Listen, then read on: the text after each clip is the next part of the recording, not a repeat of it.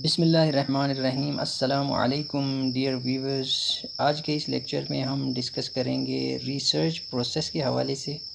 जैसा कि आप सब जानते हैं कि रिसर्च एक साइंटिफिक और सिस्टमेटिक प्रोसेस होता है जिसके लिए सर्टेन स्टेप्स और स्टेजेस की ज़रूरत होती है। उसको फॉलो करते हुए एक अच्छा सिस्टमेटिक लॉजिकल रिसर्च कर सकते हैं। तो रिसर्च प्रोसेस डिस्कस करने से पहले हम बात करेंगे रिसर्च के हवाले से। बेसिकली रिसर्च होता क्या है, जैसे कि नाम से ज़ाहिर होता है research. Re means again, search means to do something और search doing some new things और रिसर्च डूइंग अगेन।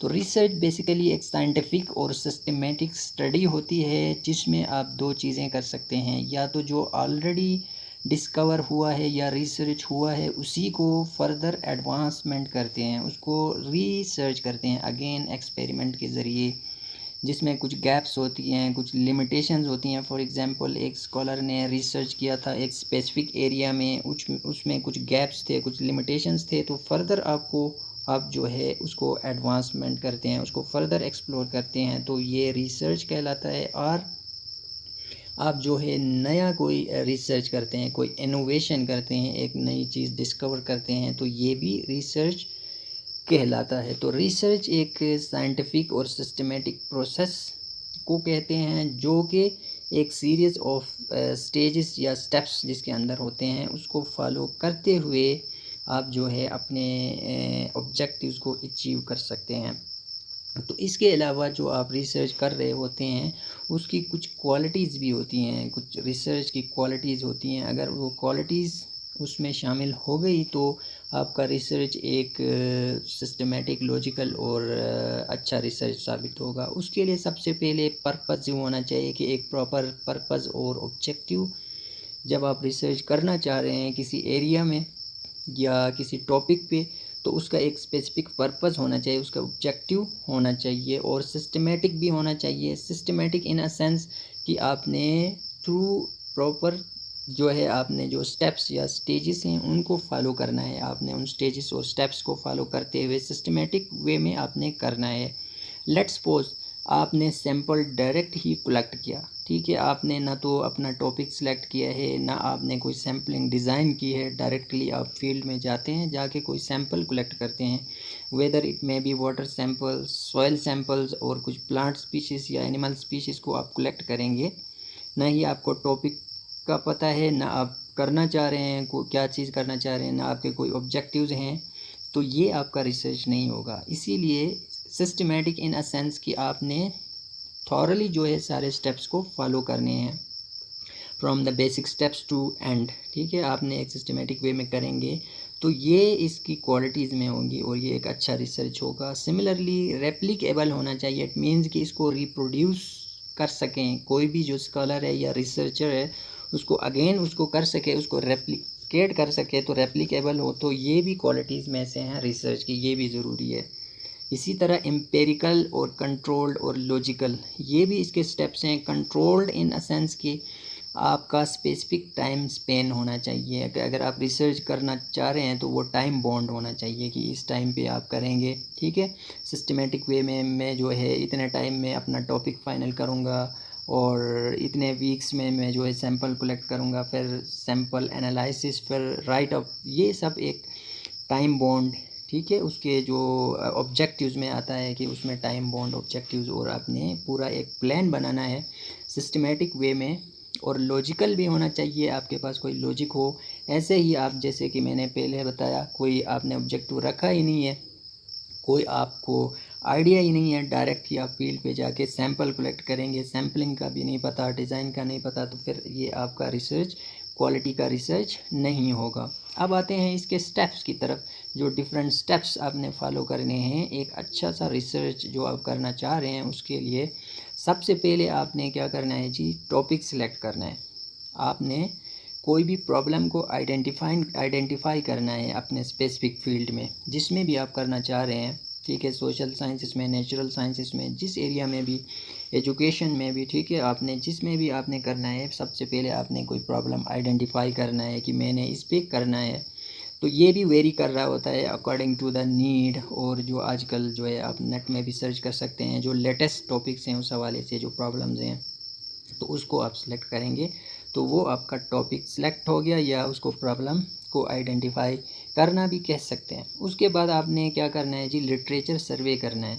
लिटरेचर सर्वे मीन्स कि जो प्रीवियस जो रिसर्च हो चुके हैं, जो एरिया आपने सेलेक्ट किया था, जो आपने प्रॉब्लम आइडेंटिफाई किया था, उस पे आपने जितने भी लेटेस्ट, बेहतर ये होता है कि आपने जो लास्ट 5 ईयर्स में जो रिसर्च हुआ है, जो रिसर्च आर्टिकल्स जिस एरिया में आपका जो स्पेसिफिक एरिया है उसको आपने सर्च करना है, उसको पढ़ना है, फोकस आपने करना है कि उन्होंने क्या काम किया है और किस टॉपिक पे किया है, और उन्होंने जो रिसर्च मेथडोलॉजी जो अडॉप्ट किया है, उन्होंने अपना जो एक्सपेरिमेंट है उसके लिए, ठीक है, कोई एक्सपेरिमेंटल वर्क है, कोई मॉडल उन्होंने यूज़ किया है, या कोई दूसरा सर्वे वगैरह उन्होंने किया है क्वेश्चनेयर्स के थ्रू, इंटरव्यू के थ्रू, तो वो आपने लिटरेचर पढ़ के आपको आइडिया हो जाएगा टॉपिक के हवाले से भी, और जो पास्ट में रिसर्चर्स ने, स्कॉलर्स ने जो काम किया है उसका आइडिया हो जाएगा। आप, ये बहुत ही इम्पोर्टेंट होता है लिटरेचर सर्वे या लिटरेचर रिव्यू से आपको आइडिया हो जाएगा अपने टॉपिक के हवाले से, और जो डिफरेंट गैप्स आए हैं या कोई कमी बेशी रह गई है किसी रिसर्च में उसको आइडेंटिफाई भी कर सकते हैं आप अच्छे से, अगर आप लिटरेचर सर्वे करते हैं या लिटरेचर रिव्यू करते हैं।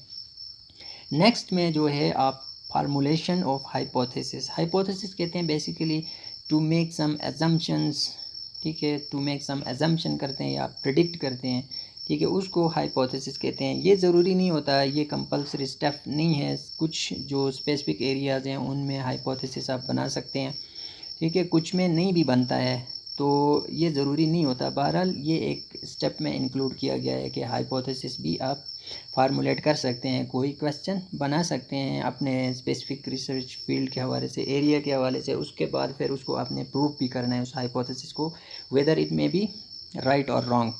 तो हाइपोथेसिस के हवाले से अलग से एक इंशाल्लाह हम डिटेल में एक लेक्चर में आपको बताएंगे। Next step research design. उसके बाद जब आप लिटरेचर सर्वे करते हैं तो आपको आइडिया हो जाएगा कि प्रीवियस जो स्कॉलर्स हैं या रिसर्चर्स हैं उस स्पेसिफिक फील्ड में उन्होंने कौन सा रिसर्च जो है उन्होंने यूज़ किया हुआ था। इसमें इक्विपमेंट्स भी हो सकते हैं, डिफरेंट टेक्निक्स हो सकती हैं।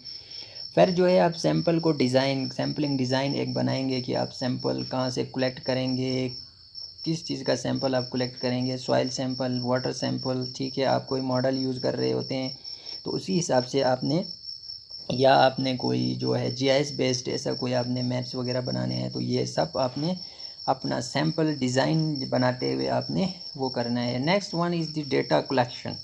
जब आप डिज़ाइन करते हैं अपना जो सैम्पलिंग डिज़ाइन करते हैं और एक्सपेरिमेंटल डिज़ाइन करते हैं, तो फिर आप ज़ाहिर है वहाँ पे आपको पता होगा कि कौन सा इक्विपमेंट जो है आप यूज़ करेंगे उस डेटा के लिए। आपने खुद जाना है या कोई इक्विपमेंट इंस्टॉल करना है, या आपने स्लाइड के थ्रू कोई इमेजेस वगैरह लेने हैं, तो वो आपने फ़ाइनल किया होगा सैम्पलिंग डिज़ाइन में। On the basis of that you have to collect your data, ठीक है। It may be in the form of samples like water, soil और some plant species you are going to collect, या animals, ठीक है, उसको भी आप select कर सकते हैं। तो ये सारी चीज़ें इसमें आ जाएंगी, फिर उसमें आप जो है डेटा कलेक्शन में आ जाएंगी। ओके, उसके बाद फिर of course you have to data analysis में जाएंगे। इसमें एक्सपेरिमेंटल वर्क भी हो सकता है, अगर कोई फील्ड बेस्ड ऐसा काम करना चाह रहे हैं तो उसमें कोई इंटरव्यूज़ वगैरह भी कर सकते हैं आप, सर्वेज क्वेश्चनर्स के थ्रू भी कर सकते हैं, स्लाइड इमेजेस के ज़रिए भी, या जीआईएस बेस्ड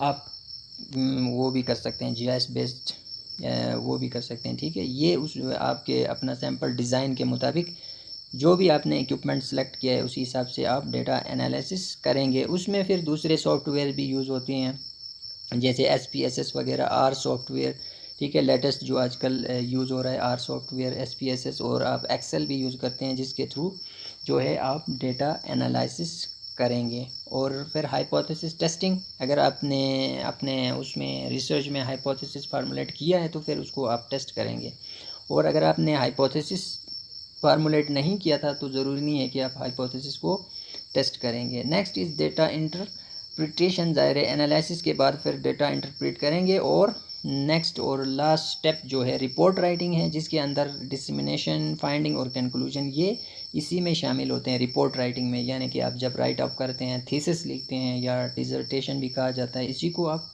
रिपोर्ट राइटिंग भी कह सकते हैं। ये भी बहुत इम्पोर्टेंट स्टेप है कि आपने सिस्टमेटिक तरीके से लॉजिकल वे में आपने अपना रिसर्च थीसिस या डिसर्टेशन है या रिपोर्ट राइटिंग है वो आपने जो फॉर्मेट है, जो गाइडलाइंस हैं, आप ये भी institute to institute, university to university vary करेगा। अपना जो फॉर्मेट है, प्रॉपर जो गाइडलाइंस हैं उसी को फॉलो करते हुए आपने राइट अप करना है।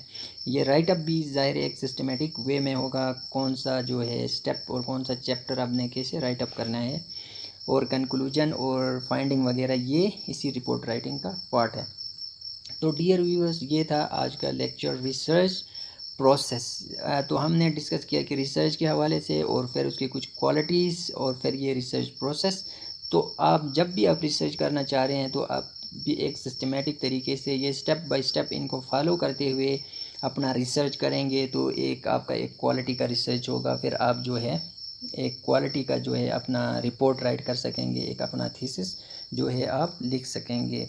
तो ये था आज का लेक्चर। आई होप कि ये आपके लिए जो है इंफॉर्मेटिव होगा। Thank you for watching.